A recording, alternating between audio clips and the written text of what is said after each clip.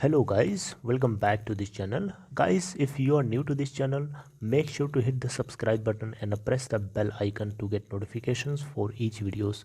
In this video, we will talk about PNB यानी Punjab national bank.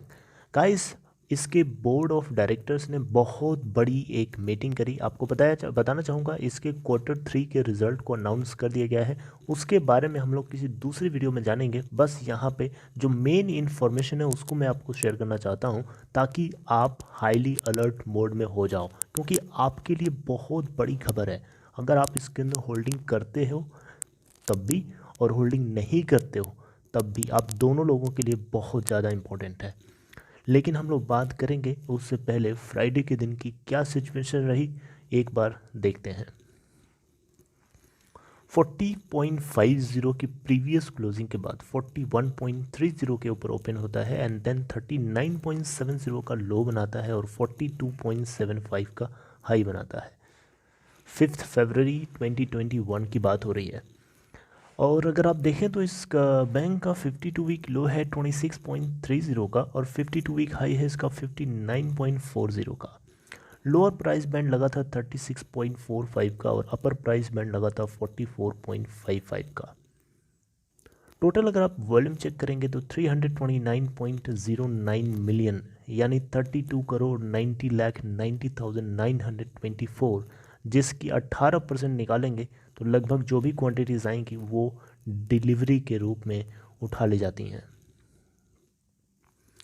Market cap अगर आप देखें तो पंजाब नेशनल बैंक की मार्केट कैप 42,067.89 करोड़ रुपए है, जो कि स्टेट बैंक ऑफ इंडिया के बाद दूसरा सबसे बड़ा बैंक है पब्लिक सेक्टर की कैटेगरी में.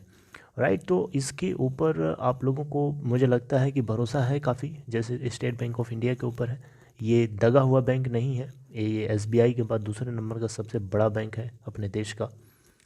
राइट, तो यहाँ पे आपको बताना चाहूँगा पंजाब नेशनल बैंक ने QIP मेथड के ज़रिए अभी इससे पहले दिसंबर के महीने में 3788 पॉइंट समथिंग करोड़ रुपए जो है इन्होंने रेस किया था.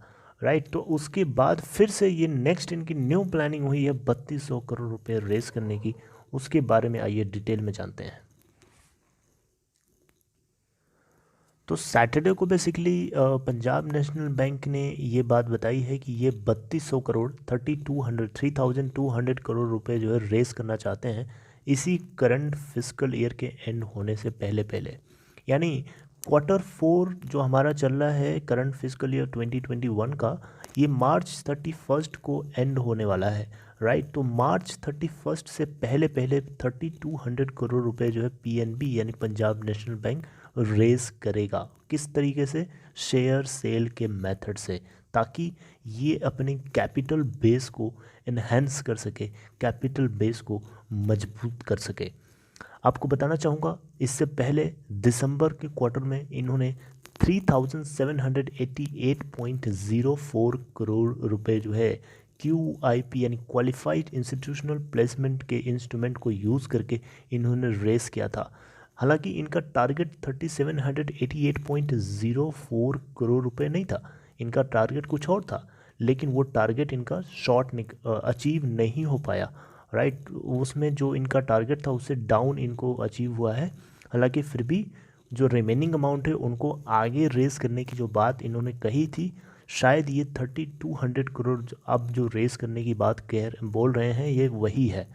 राइट, तो आपको बताना चाहूँगा इसी के चलते जो इनकी होल्डिंग थी, प्रोमोटर जो होल्डिंग थी PNB के अंदर, वो 85.59% से डाउन होकर के 76.87% रह गई दिसंबर क्वार्टर में. राइट, और प्रोमोटर कौन है इसका आपको बताने की ज़रूरत नहीं है, गवर्नमेंट ऑफ इंडिया. राइट, तो बेसिकली इस फाइनेंशियल ईयर 2021 के स्टार्टिंग से के बीच में इन्होंने लिया था एक अप्रूवल, बैंक ने लिया था कि ये 14,000 करोड़ रुपए जो है रेस करेंगे इक्विटी और डेट को मिक्स करते हुए.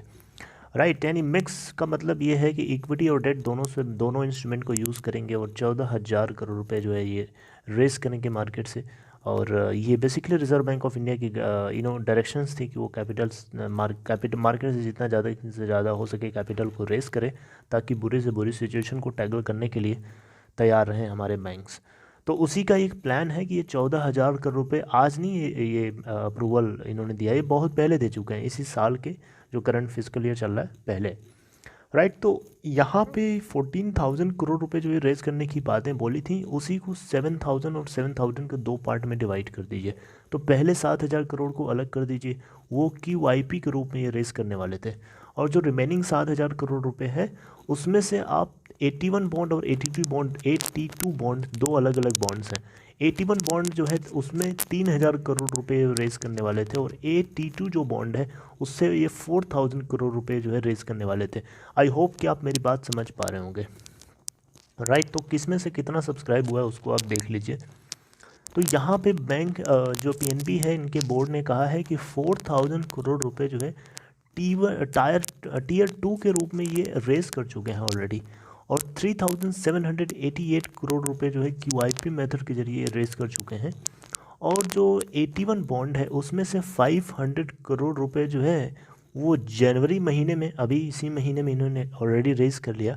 तो यहाँ पे 81 बॉन्ड में जो है 2,500 करोड़ रुपए और रह जाते हैं, बच जाते हैं, जिसको ये आगे जो है मार्च 31 से एंड होते होते या होने से पहले पहले ये रेस करेंगे, ऐसा यहाँ पे जो PNB के जो डायरेक्टर हैं, मैनेजिंग डायरेक्टर, उनका ऐसा कहना है, राइट। लेकिन उसके अलावा यहाँ पे क्या हो रहा है कि जो जो 81 बॉन्ड है उसके रिमेनिंग 2,500 करोड़ रुपए को रेस करने के लिए ये वो तो करेंगे ही करेंगे, हालांकि उसके ऊपर भी मैंने आपको एक अलग से कंटेंट बना के बताया था, राइट। लेकिन क्वालिफाइड इंस्टीट्यूशनल प्लेसमेंट मेथड के जरिए जो रिमेनिंग अमाउंट है 3,200 करोड़ रुपए के आसपास, उस अमाउंट को भी ये जल्दी ही रेस करेंगे इसी क्वार्टर के एंड होते होते, ऐसा इन्होंने बताया मीडिया को। तो इन्होंने कहा कि जो करंट बैंक का जो करंट कैपिटल एडिक्वेसी रेशियो है वो इस फिस्कल ईयर के चैलेंजेस को टैकल करने के लिए बहुत सफिशिएंट है, और वो इसके अलावा जो नेक्स्ट फिस्कल ईयर है, नेक्स्ट फाइनेंशियल ईयर हमारा शुरू होगा, उससे जुड़े हुए चैलेंजेस को भी टैकल करने के लिए कैपिटल एडिक्वेसी रेशियो सफिशिएंट है, राइट। लेकिन ये मोर देन सफिशिएंट बना के रखना चाहते हैं ताकि किसी भी तरीके की कोई दिक्कत ना क्रिएट हो। यहाँ पे जो मैनेजिंग डायरेक्टर राव जी हैं, इन्होंने ये भी बताया कि जो UTI म्यूचुअल फंड के अंदर जो पंजाब नेशनल बैंक की एक एसेट होल्डिंग थी उसको भी इन्होंने सेल कर दिया है, यानी ये एक नॉन कोर एसेट्स के रूप में इनकी होल्डिंग पड़ी हुई थी UTI म्यूचुअल फंड्स के रूप में, तो इन्होंने उसको भी सेल कर दिया है, राइट। तो ये एक बहुत दूसरी बड़ी अपडेट है। और यहाँ पे आपको बताना चाहूँगा गोइंग फॉरवर्ड्स, यानी आने वाले सिचुएशन में इन्होंने कहा कि जो बैंक है वो 500 करोड़ रुपए जो है मोबिलाइज कर सकता है, ठीक है, from the sale of real assets by June 2021, यानी जून 2021 तक आते आते ये 500 करोड़ रुपए जो है अपने रियल इस्टेट्स से रिलेटेड एसेट को सेल करके ये गार्नर कर लेंगे। यहाँ पे PNB ने फ्राइडे को एक तरीके से देखा जाए तो आपने नोटिस किया होगा कि इनका जो रिज़ल्ट आया था उसके अंदर हमें स्टैंड अलोन बेसिस पे जो प्रॉफिट हुआ है बैंक को वो 506.03 करोड़ का है इस क्वार्टर में, और इसके पीछे की वजह बताई गई कि जो बैड एसेट्स हैं या जो NPAs हैं बैंक का, उसके अंदर काफ़ी डाउनफॉल हमें देखने को मिला है, जो कि बहुत अच्छी बात है। बैंक का NPA डाउन होगा तो उसकी ग्रोथ होना तय है, ठीक है। तो यहाँ पे अगर आप देखें तो अब आप क्वेश्चन पूछेंगे कि रिज़ल्ट के ऊपर मैं आपको अलग से बताऊंगा, एक्चुअली उसमें बहुत सारे पैरामीटर्स डिस्कस करने होते हैं, तो यहाँ पे वो सारी बातें मैं डिस्कस नहीं करूँगा। तो अब आप क्वेश्चन करेंगे कि इसके इस प्लानिंग से इसकी स्टॉक प्राइस के ऊपर क्या असर पड़ेगा।